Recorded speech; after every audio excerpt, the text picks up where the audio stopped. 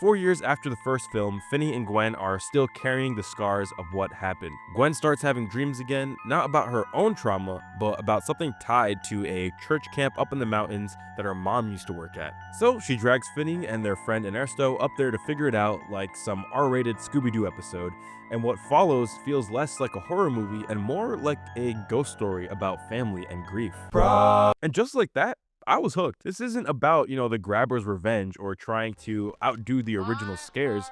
It's about kids trying to make peace with the past that just won't stop calling them. Literally. When the phone rings this time, it's not just the dead on the other side, it's their guilt and their fears and everything they've tried to bury. Mason Thames is back. He gives Finney this uneasy energy that works, I think, perfectly. He's not really a victim anymore, but he's haunted by everything that happened in the first film. And you can see it in the way that he hesitates to open up to people, and he's quick to be aggressive. But honestly, if The Black Phone 1 was his film, The Black Phone 2 belongs to Gwen, and Madeline McGraw does a fantastic job in the driver's seat. Gwen is a good kid despite having a bit of a potty mouth, but the dreams that she's having are really starting to take a toll on her emotionally and socially. And while I thought her use of 80s slang wasn't the best, I feel like her performance and her character are the glue that hold everything together. The siblings are what give the movie the secret ingredient that is the success of most horror films, and that's hard. You actually care about what happens to them. So when the movie puts them back in danger, it's not like, oh no, the monster's coming. It's like, do not hurt these people. The style of this film is distinctly different this time around. I think Derrickson traded the grimy realism of the first film for something more mythic and supernatural. Very Stranger Things vibes. Gwen's dreams in particular have the style of home movies shot on Super 8 film. And not only do they look cool, but they teach us to know when she's in a dream and then evolves it in a way that, I won't spoil here. But I thought it was really smart visual storytelling. It's just nice to see that the film trusts you to feel the difference instead of just spelling it out. So in this movie, the grabber isn't really a person anymore. He's more of a curse, and Ethan Hawke leans into that beautifully. He's not really in the movie much, but every time he appears, talking smack, getting his Freddy Krueger on, skating around on the ice, he feels less like the disturbed person of the first film and more of an embodiment of trauma itself. Does his return make perfect sense?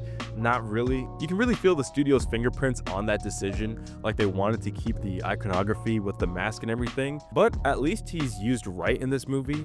He's not really the focus, he's just adding fuel to the fire. And his presence makes the siblings' struggle feel personal, like the universe is just forcing them to confront the sins of the past. And this is where I might sound crazy, but somehow I feel like the sequel makes the first movie better in retrospect. It reframes the whole story as part of this ongoing cycle of violence and struggle and generational trauma. The pacing is surprisingly tight, and the supporting cast all do a great job.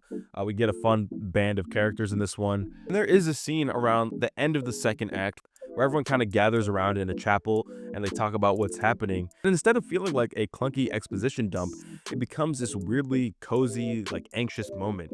And in that time, you are able to connect with the characters even further. I feel like most horror sequels feel like they're obligated to be even more gross or visually disturbing than the first.